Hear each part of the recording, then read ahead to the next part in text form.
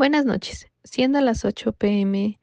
del día 4 de noviembre de 2024, damos inicio a este webinar que tratará de la exención fiscal. Mi nombre es Iliana Sofía Ávila Meléndez y yo les presentaré el inicio de esta conferencia. Bien, ahí está nuestro índice y bueno, iniciamos con la introducción.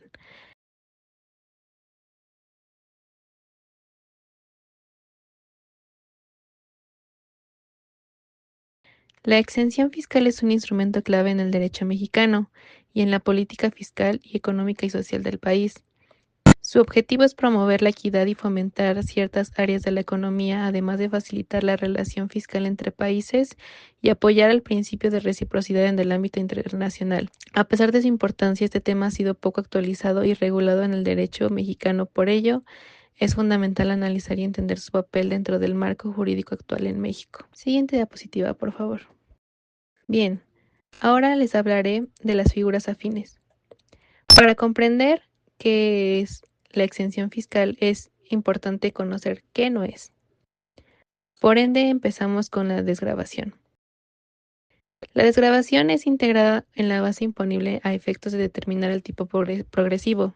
Y una vez fijado, este se exonera de la tributación correspondiente, que por lo general es la cuota proporcional a dichos conceptos gravables. Así también tenemos a la reducción, que se configura con la base imponible o el tipo aplicado. El tipo aplicado es inferior al normal en función de una determinada política económica que se instrumenta mediante el impuesto, entendiendo así que la reducción puede efectuarse cuando una persona física o moral deja de estar sujeto a un tributo o bien porque la carga tributaria es reducida. Así también tenemos a la deducción, la cual es la más frecuente que hemos escuchado, ya que es una reducción del monto total de la obligación tributaria de una persona u organización al encontrarse con un pago que baje sus ingresos imponibles. Suelen ser gastos en los que incurres como contribuyente durante el año, que se restan de tus ingresos brutos para calcular la cantidad de impuestos adeudados que debes pagar. Y finalmente tenemos a la bonificación, la cual se produce cuando la cuota tributaria deducida a partir de bases y aplicando a tipos normales no se cobra en su integridad. Por lo tanto, en la bonificación tributaria sí hay una obligación tributaria, pero no es pagada en su totalidad. Esto suele ocurrir cuando bajo ciertos preceptos se hace un pago y resulta ser menor. Siguiente diapositiva, por favor. Ahora bien, al conocer qué no es la exención fiscal, es momento de dar lugar al concepto, conociendo así qué sí es.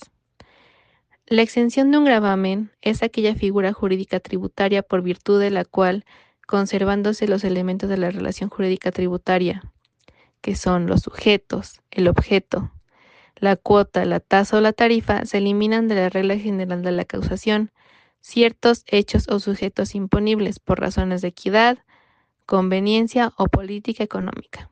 Siguiente diapositiva. La exención fiscal en su naturaleza busca proteger a las personas de bajos ingresos en dinero o en especie o que carezcan de ambos. Asimismo, tiene la finalidad de impulsar actividades agrícolas, ganaderas, artesanales, industriales, de prestación de servicios de diversa índole a la colectividad o cuando se trate de bienes del Estado destinados a un servicio público al uso común de la Federación, de las entidades federativas y o de los municipios. Siguiente diapositiva, por favor. La exención es importante señalar que es muy diferente de un privilegio, ya que ésta se motiva y se justifica en el reconocimiento de la falta de capacidad contributiva o en los fines de utilidad general o de oportunidad política que la extensión trata de conseguir. Ahora bien, pues damos lugar al fundamento constitucional, ya que el derecho constitucional tributario legitima y regula su poder a través de normas dirigidas a los gobernados para encaminar parte de sus ingresos al gasto público. Así, el legislador tiene una amplia facultad para crear normas que establezcan tributos,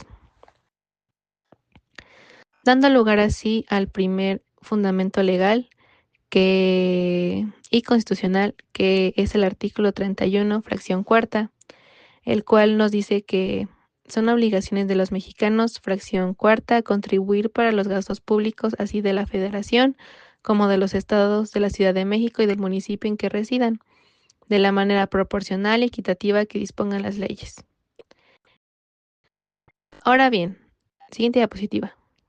En el artículo 28 nos dice que en los Estados Unidos mexicanos quedan prohibidos los monopolios en las prácticas monopólicas, los estancos, las condonaciones de impuestos, las exenciones de impuestos en los términos y condiciones que se fijan las leyes. El mismo tratamiento se dará a las prohibiciones a título de protección a la industria. Siguiente diapositiva, por favor.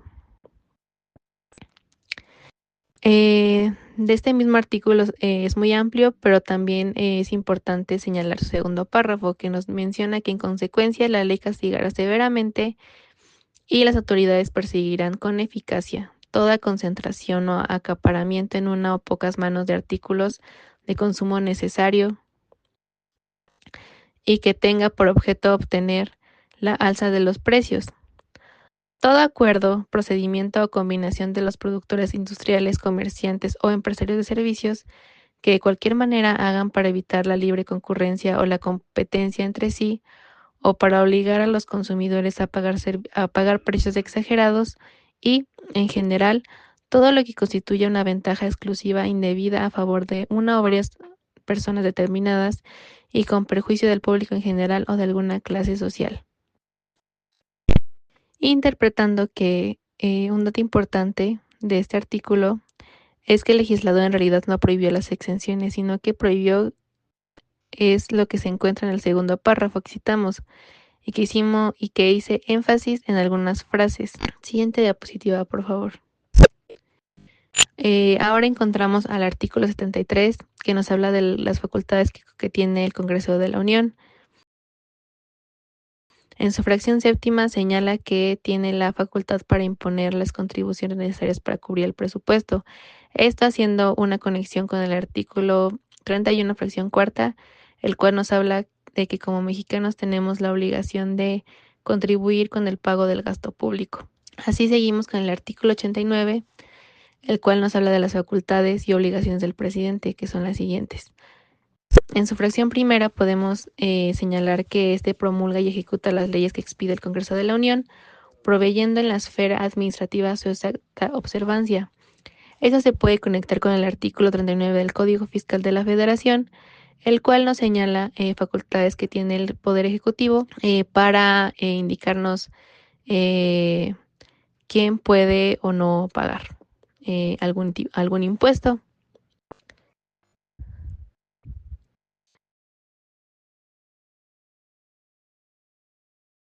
Siguiente diapositiva. Y bueno, para reafirmar su objetivo, de acuerdo a la PRODECON, que es la Procuraduría de la Defensa del Contribuyente, el objetivo de las exenciones fiscales es reducir o eliminar parcial o totalmente el pago de impuestos sobre ciertos ingresos o bienes. Y le doy la palabra a mi siguiente compañero.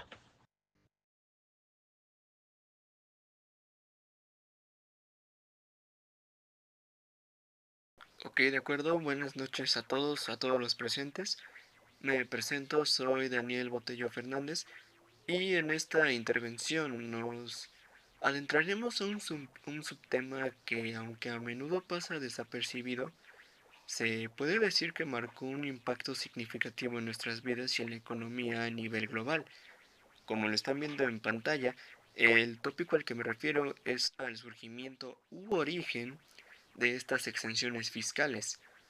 Una vez delimitado en intervenciones anteriores con la compañera lo que es el concepto base de la exención fiscal, les hago esta pregunta para introducirnos de lleno a este apartado. ¿Alguna vez se han cuestionado el por qué ciertas personas o empresas pagan menos impuestos que otras? Pues bien, para responder esta incógnita, Haremos un viaje en el tiempo y exploraremos los orígenes y evolución de las exenciones fiscales. Para comenzar, y como bien sabemos, el concepto de impuesto es casi tan antiguo como las civilizaciones mismas. Sin embargo, desde sus inicios han existido mecanismos para eximir a ciertos grupos o actividades de realizar esta obligación de pagar su impuesto. Los orígenes de lo que conocemos en este caso como exenciones fiscales se remontan a las civilizaciones antiguas. Por mencionar algunas, podrían ser a los egipcios. Aquí podemos involucrar dentro de esta rama de los egipcios a los sacerdotes y a la familia real, los cuales estos estaban exentos de muchos impuestos, ya que la población los consideraban representantes de los dioses y como los pilares de la sociedad. Por lo tanto, debían de tener un trato distinto al resto de la población. Consecuentemente tenemos a la antigua Roma. En este caso hablamos de senadores y ciertos funcionarios quienes gozaban de privilegios fiscales como una forma de recompensar su servicio al Estado y mantener su lealtad hacia este mismo. Por favor, la siguiente compañera.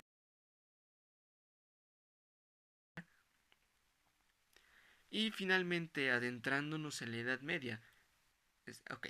Bueno, en lo que estábamos en la Edad Media, dentro de este rubro tenemos a tres exponentes: la iglesia, la nobleza y a las órdenes religiosas. Estaban exentos de pagar impuestos en ese entonces debido a su influencia de índole política y de índole social, y a su vez en la provisión de servicios como la educación y de asistencia social. ¿Le puedes pasar a la siguiente, por favor, compañera? Ok. Bueno, planteando la pregunta, ¿por qué? Pero ¿por qué se otorgaban estas exenciones? Las razones eran variadas y respondían a tanto intereses religiosos, como hablamos de la iglesia anteriormente, así como sociales y políticos, en referencia a los reyes y a los gobernantes de las antiguas civilizaciones. Por lo que se puede decir que las exenciones servían para, aquí, bueno, como primer lugar podemos decir que fortalecer el poder de ciertos grupos, tomando de nuevo de nueva cuenta a la iglesia. Esta utilizaba su exención fiscal para consolidar su influencia en más partes del mundo y al mismo tiempo a acumular más riquezas. En segundo lugar, tenemos que era para promover actividades consideradas beneficiosas para la sociedad, ya que las órdenes religiosas, al dedicarse a la educación y la asistencia social, eran exentas para fomentar estas actividades. Y en último lugar, para poder atraer inversiones y fomentar el desarrollo económico, ya que en algunas ciudades-estado se otorgaban exenciones a comerciantes y artesanos para estimular la actividad económica. En la siguiente, por favor, compañera. Ok. Continuando, a lo largo de la historia, las exenciones fiscales han ido evolucionando. En lo que hoy conocemos como era moderna, factores como la globalización, los estados del bienestar y las crisis económicas han influido en su diseño y aplicación de las mismas. Hoy en día, estas exenciones han adquirido un carácter más sofisticado y están sujetas a regulaciones más estrictas en contraste con las civilizaciones antiguas, que veíamos que no tenían tantas prohibiciones como lo tienen hoy en día, aunque su objetivo sigue siendo el mismo: influir en el comportamiento económico y en el comportamiento social. La siguiente, por favor, compañera. Pero, ok, ¿por qué? ¿Por qué se otorgan exenciones fiscales en la actualidad? Las razones son múltiples y pueden variar en muchos aspectos, aunque por lo general estas suelen estar vinculadas a objetivos de política, económica y de índole social. Otras de las razones más comunes pueden ser para, por ejemplo, fomentar la inversión y con esto atraer empresas a un territorio ofreciendo incentivos fiscales para generar empleo y al mismo tiempo generar más riquezas. Otra razón puede ser para promover actividades económicas y así estimular sectores como la agricultura, la energía renovable o la investigación, el desarrollo, otorgando beneficios fiscales a las empresas que inviertan pues en estos sectores. Tenemos también el poder beneficiar a grupos vulnerables, como ya lo habíamos hablado, al reducir la carga fiscal de personas con bajos ingresos, a personas discapacitadas o a familias numerosas a través de deducciones y exenciones específicas. Y en último lugar, tenemos que puede ser para incentivar el ahorro y la inversión a largo plazo, promoviendo planes de pensiones, fondos de inversión y donaciones a organizaciones que no tienen ánimo de lucro, ofreciendo estas deducciones fiscales. La siguiente, por favor, compañera.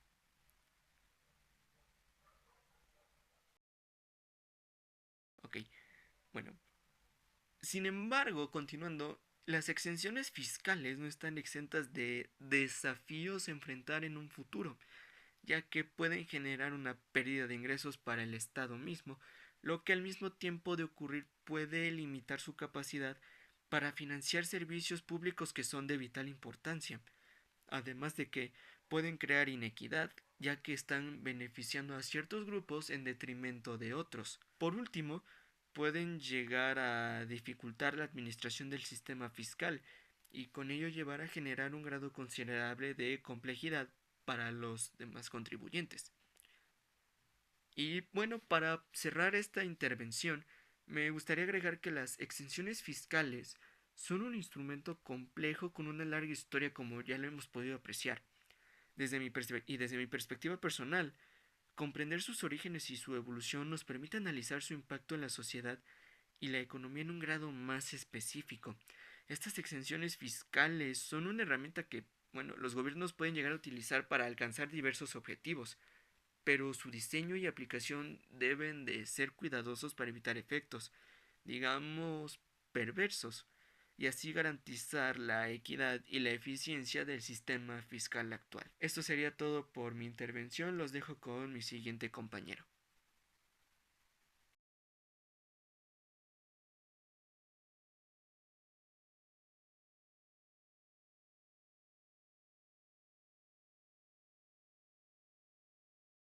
Ok, primero que nada, definamos qué son los elementos.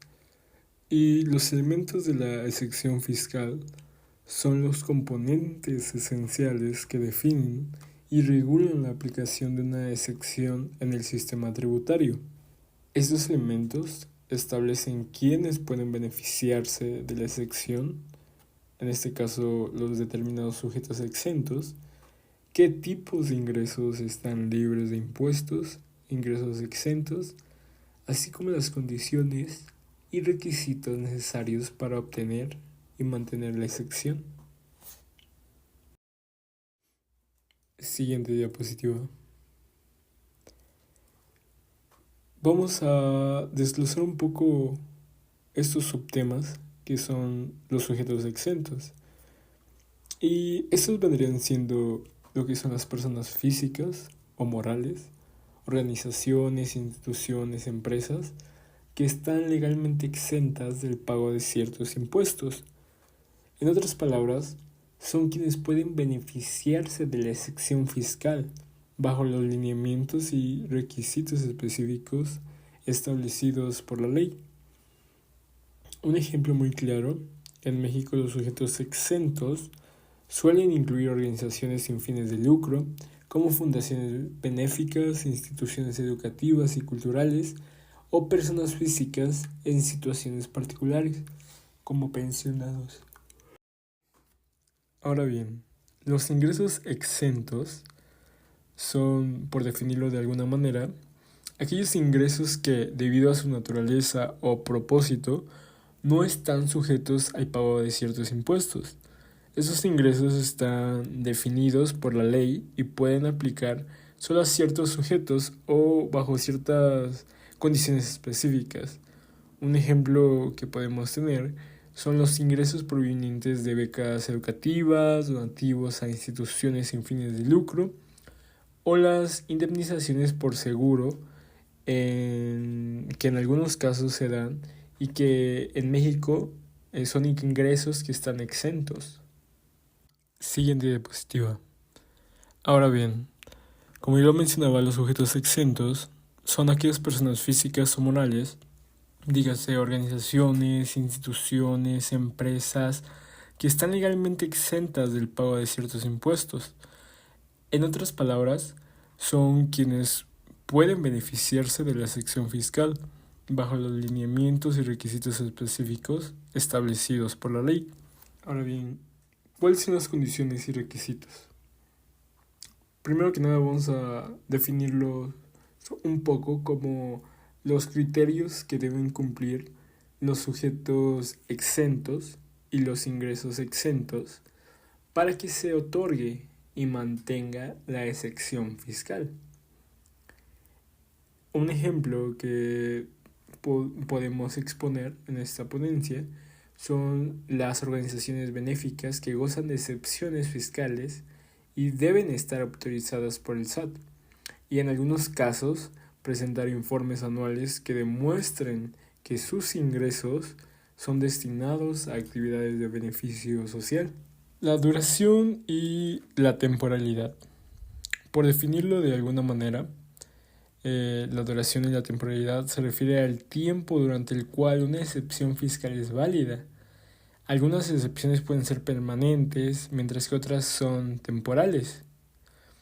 Un ejemplo que podemos exponer son las excepciones para organizaciones sin fines de lucro, que suelen ser en su gran mayoría de carácter permanente, si no es que son de carácter permanente, mientras que algunas excepciones que el gobierno otorga para el fomento de ciertos ingresos pueden ser temporales, como lo son la creación de pequeñas empresas.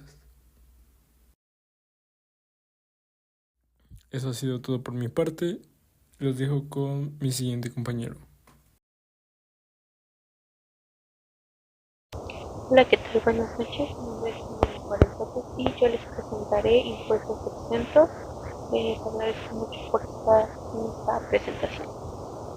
De primer punto tenemos que la exención puede estar concedida ya sea por el gobierno o por la ley.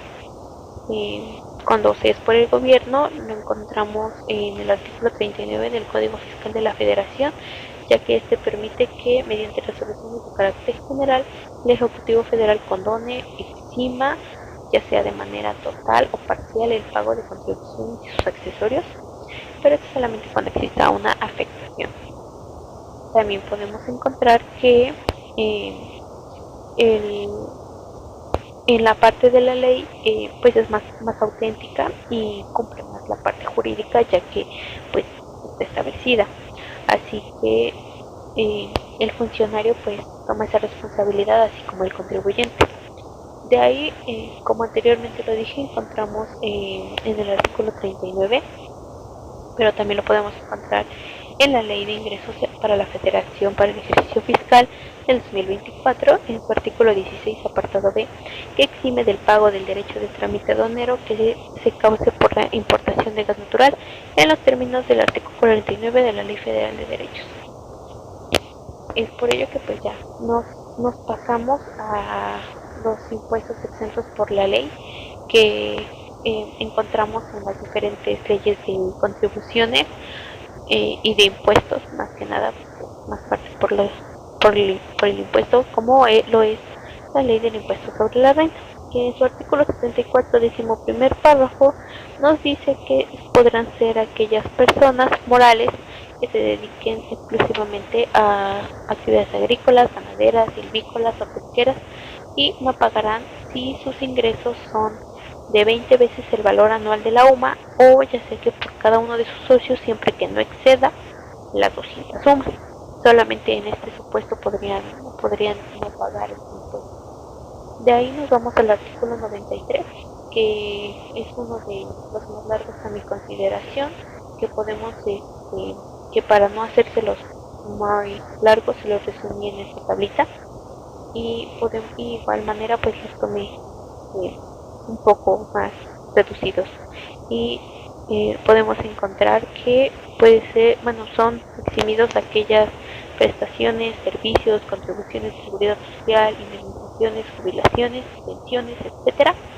Es decir, pues la mayoría de cosas que tengan que ver con la relación laboral siempre y cuando cumplan como un beneficio o como una obligación por parte del patrón, como lo son pues las indemnizaciones y todas aquellas. Entonces también podemos encontrar que las remuneraciones por servicios personales subordinados que perciban los extranjeros como agentes diplomáticos, consulares, embajadas, legaciones, miembros de relaciones oficiales, etc. Es decir, todas aquellas situaciones en las que se trate como representantes del Estado. Podemos encontrar también aquellas que provengan de contratos de arrendamiento prorrogados por su disposición de ley, es decir, aquellos otros contratos de arrendamiento no podrán estar dentro de este. Y de igual forma encontramos que aquellos derivados de enajenación, ya sea casa habitación del contribuyente, siempre que no exceda pues, estas 7.700.000 unidades de inversión y se formalice pues ante un fedatario público, así como aquellos muebles distintos de las acciones, partes sociales, títulos de valor, inversiones, siempre y cuando no excedan 3 veces el salario mínimo federal del área geográfica. Es decir, pues solamente se tomará más por la parte de la casa habitación y igual manera siempre y cuando no tenga un límite de este ya antes mencionado.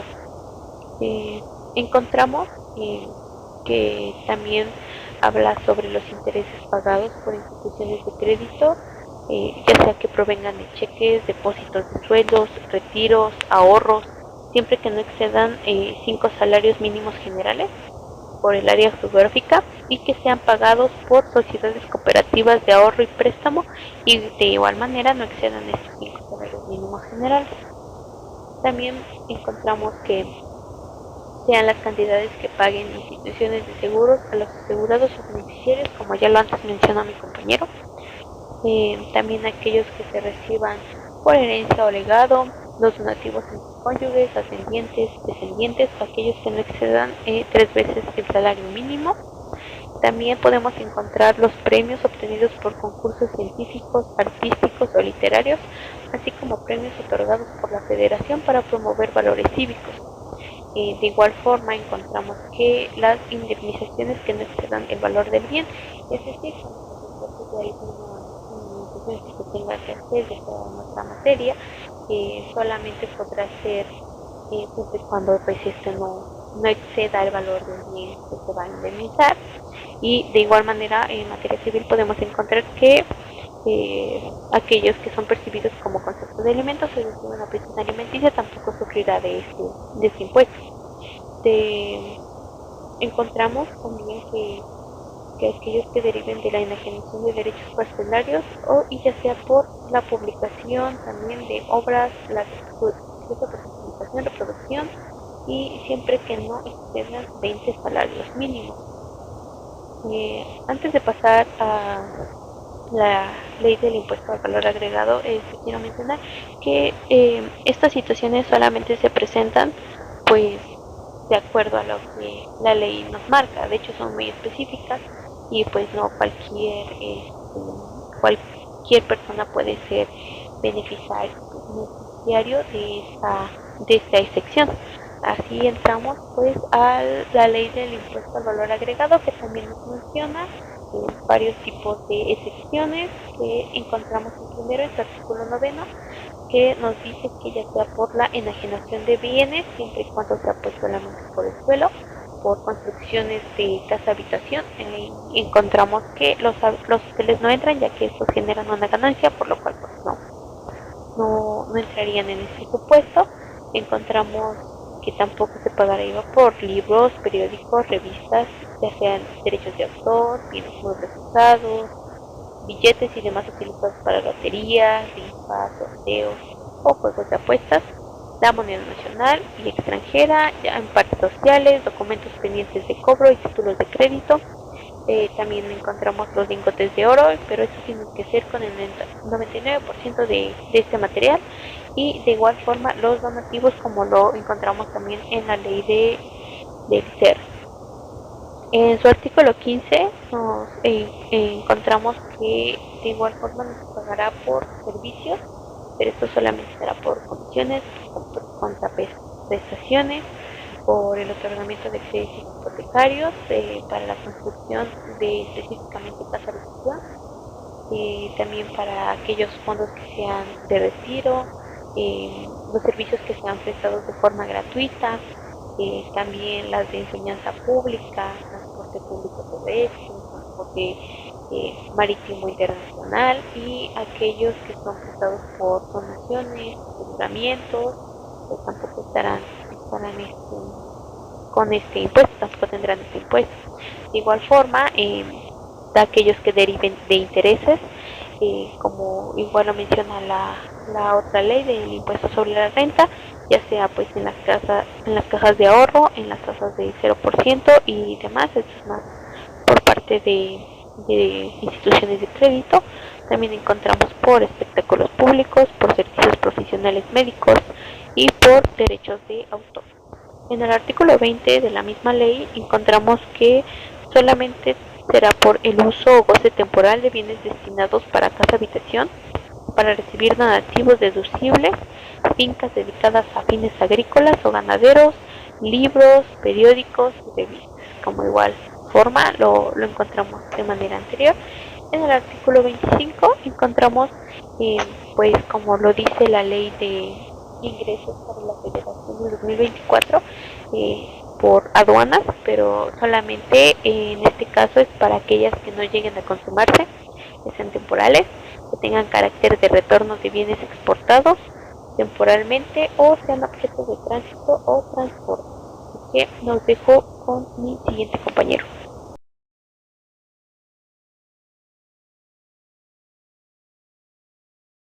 Muy bien. Para concluir todo lo que hemos estado analizando hasta este momento, podemos tener presente que la exención fiscal es una herramienta que los gobiernos utilizan para alcanzar diversos objetivos, como fomentar la inversión o ayudar a grupos específicos. Sin embargo, es importante analizar cuidadosamente sus efectos, ya que pueden generar tanto beneficios como problemas. Al estudiar las exenciones fiscales, debemos considerar varios aspectos clave. La historia, como le hemos venido analizando en esta presentación, las exenciones tienen una larga historia y se han utilizado en diversas culturas y épocas. Los elementos, estas como ya vimos, están compuestas por varios elementos como los sujetos beneficiados, los impuestos exentos y las condiciones para acceder a ellas. Y también está de último el impacto, el cual pueden influir en la economía, pueden influir en la sociedad y también influyen en la recaudación fiscal de un país. Es fundamental, digamos, tener un debate informado sobre las exenciones fiscales, ya que su uso puede tener consecuencias importantes. Al comprender sus orígenes, elementos y efectos, podemos evaluar si son una herramienta útil para alcanzar los objetivos de la política fiscal de un país. Y con esta conclusión damos por terminada nuestra parte de la exposición. Vamos a pasar a la ronda de preguntas. Quienes tengan una pregunta, por favor levanten su mano y poco a poco vamos a irles cediendo la palabra.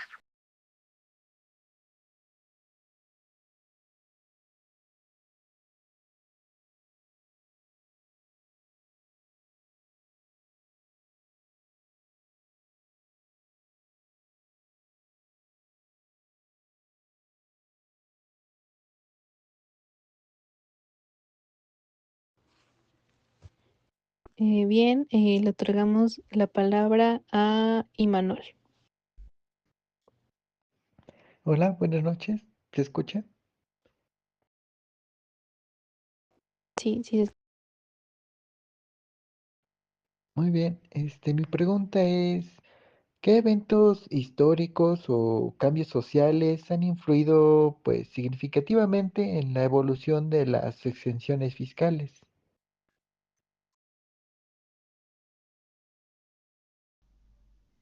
Sí, yo tomo tu pregunta, compañero.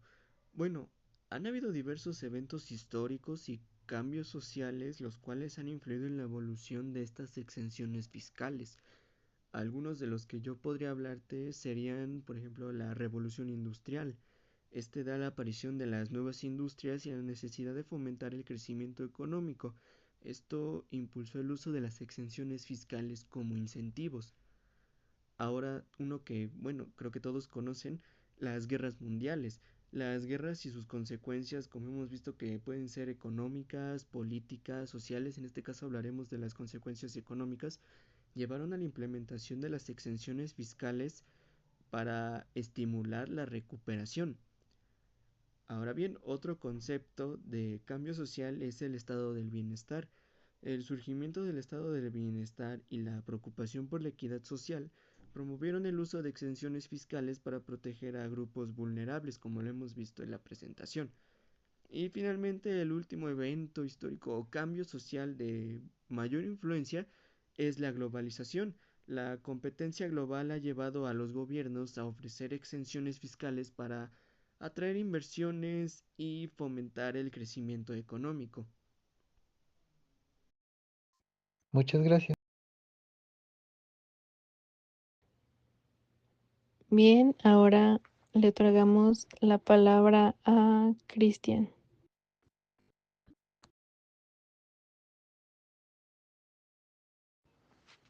Hola, buenas noches. ¿Sí escucha mi audio?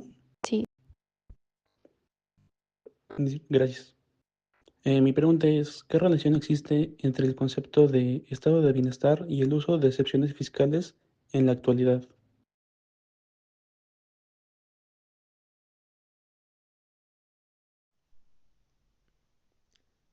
Yo tomo tu pregunta, compañero. ¿Qué relación existe entre el concepto de estado de bienestar y el uso de exenciones fiscales? Se puede decir que este concepto de estado de bienestar está estrechamente relacionado con el uso de las exenciones fiscales en la actualidad, debido a que, en este caso, los gobiernos suelen utilizar las exenciones fiscales como una herramienta para promover la equidad social y reducir la desigualdad. De esta manera, al eximir impuestos a ciertos bienes o servicios que son considerados esenciales, se busca beneficiar a los grupos más vulnerables de la población y así poder mejorar su calidad de vida. Con eso podría contestar tu pregunta, compañero. Le otorgamos la palabra al otro compañero, Cristian. Hola, ¿qué tal? Buenas noches. A mí me surgió una duda y no sé si me la puedan responder. ¿Cuál es la diferencia entre deducción fiscal y excesión fiscal? Bien, yo tomo tu pregunta. Bueno, una exención fiscal es un impuesto que no pagarás. En cambio, una deducción fiscal partirá del supuesto de que ya pagaste dicho gravamen y, debido a ciertas condiciones estipuladas en la regulación vigente, te devolverán una parte proporcional de tu dinero.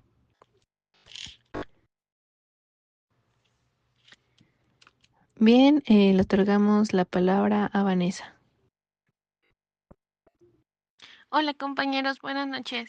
Bueno, primero les quiero agradecer la invitación a esta ponencia. La verdad es que me ha parecido muy interesante y bueno, me gustaría ver si me podrían dar algún ejemplo de cuando el Ejecutivo Federal puede exentar impuestos. Gracias. Sí, compañera, yo respondo tu pregunta. Un ejemplo pues, es lo que pasó en anterioridad en Acapulco, ya que el Ejecutivo Federal pues exentó del pago de impuestos a, a estos a estas personas, a estos contribuyentes, de que pues por obvias razones lo hizo como un beneficio, ya que pues por el mismo de cuestión natural no podría pues hacerse un pago de esa contribución, por lo cual se hizo mediante una resolución, como lo marca el artículo 39 del Código Fiscal para la Federación.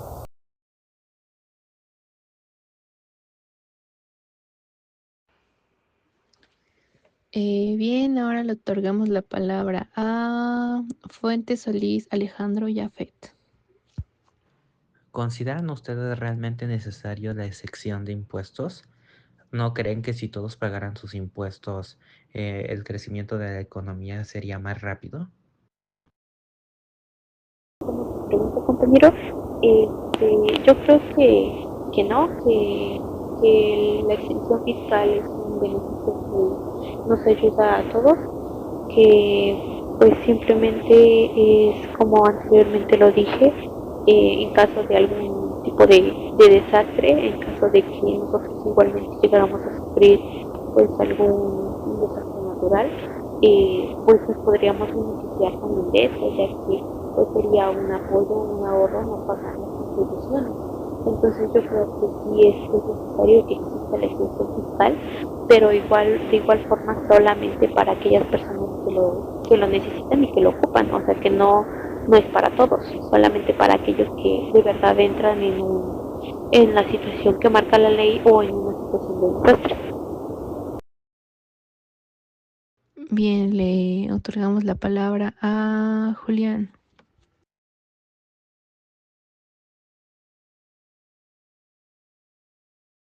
Hola, buenas noches. Bueno, mi pregunta es si la exención fiscal significa que ya no van a pagar impuestos. Sí, yo tomo tu pregunta. La exención no evita que nazca la obligación del pago de un impuesto, sino que la obligación efectivamente nace al colocarse el sujeto en algún supuesto de hecho imponible previsto en una norma y posteriormente, mediante otra norma del mismo nivel, se quita o se releva del cumplimiento de dicha obligación al sujeto. Me parece que ya son todas las manos, ya no hay más levantadas. Les agradecemos su asistencia, compañeros. Y bueno, así damos fin a esta plática. Muchas gracias.